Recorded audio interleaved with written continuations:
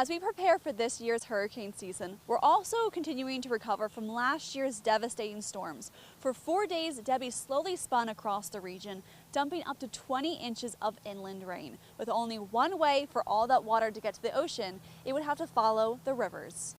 Debbie formed near the Florida Straits on August 3rd before making landfall along the Big Bend region 2 days later. As a slow-moving system, heavy rain bands continued to soak the East Coast. Debbie finally pulled away by August 8th, all the while inland water was surging to the downstream river. On early Friday, August 9th, the Ogeechee River near Richmond Hill broke previous record levels, climbing above 7 feet. By mid-morning, Highway 17 closed, with rumors starting to swirl on the closure of I-95.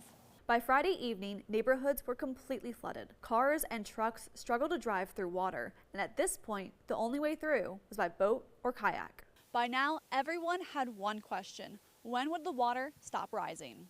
On Saturday, waking up, the sense of dread covered Richmond Hill as the river level continued to rise overnight. Now, more communities sat underwater. It was up to my knees at the end of our driveway in Mulberry, but that wasn't even the deepest point. It was nearing waist level near the canal. While the uneasiness continued, the community banded together. Sandbags and supplies were sent to drop-off locations, picked up by boat, jet ski, or kayak, and taken down the flooded street with the help of neighbors and strangers. Local churches made hot food to pass out to those in need, and the National Guard drove through to help those who wanted to evacuate. Water levels peaked early Sunday morning at an incredible new record of 10.2 feet. More of the supply drop-off continued for the next day and a half as communities remained underwater. Street water levels had barely budged, but the water was becoming stagnant. Fish started going belly up, and you could smell the foul water even inside. By late Monday, we started to see some relief in the Mulberry community.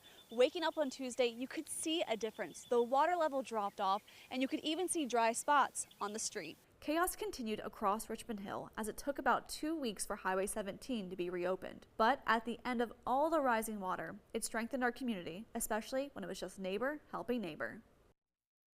The financial and structural recovery from last year's storms continues for some folks, but there's a hidden impact as well. WSAV's Sarah Smith talks with a group looking to ease the mental pain from a devastating storm.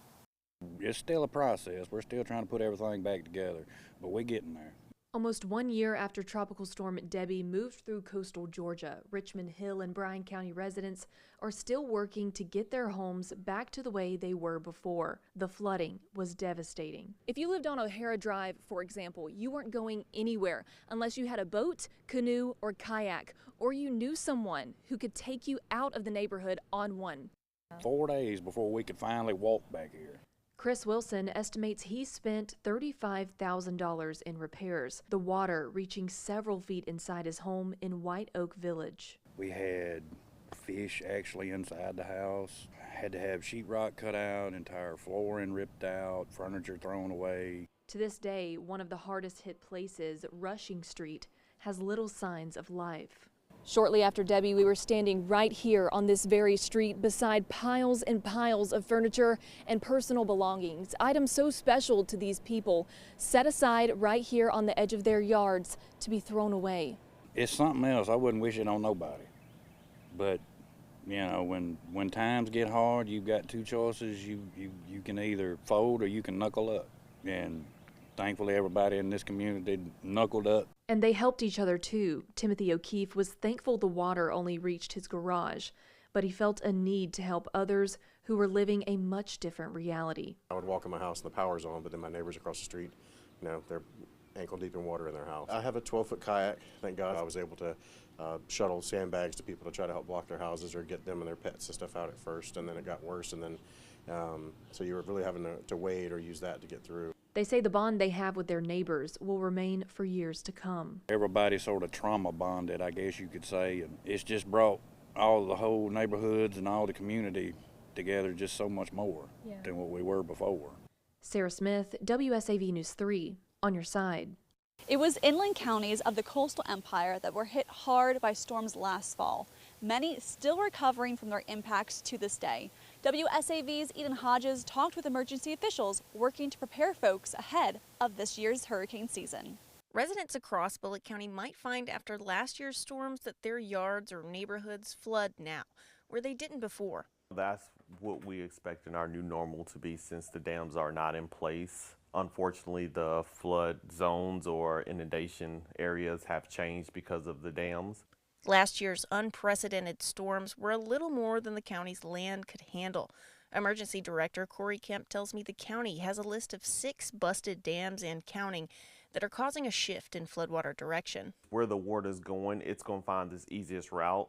And the easiest route sometimes is not in the creeks or basins that it's supposed to go in. It may be through a neighborhood street or a neighborhood backyard. The hardest areas to be hit, he says, are neighborhoods near creeks, rivers, and ponds. If you're in those areas, just be prepared to leave. Kemp tells me the county is in the middle of a 6 to 12 month process of creating new flood maps. He tells me for people living next to a body of water to prepare, they should grab enough food, water, and supplies to last them a week stuck in their homes. We're just trying to let the people downstream know that there's a potential that they will be flooded again. When the time comes, he says you should keep an eye on water levels in your backyard or check online. The county has plans to set up sandbag stations if a storm warrants one. I'm Eden Hodges, WSAV News 3, on your side. Stay tuned, there's more Storm Watch coming up after this.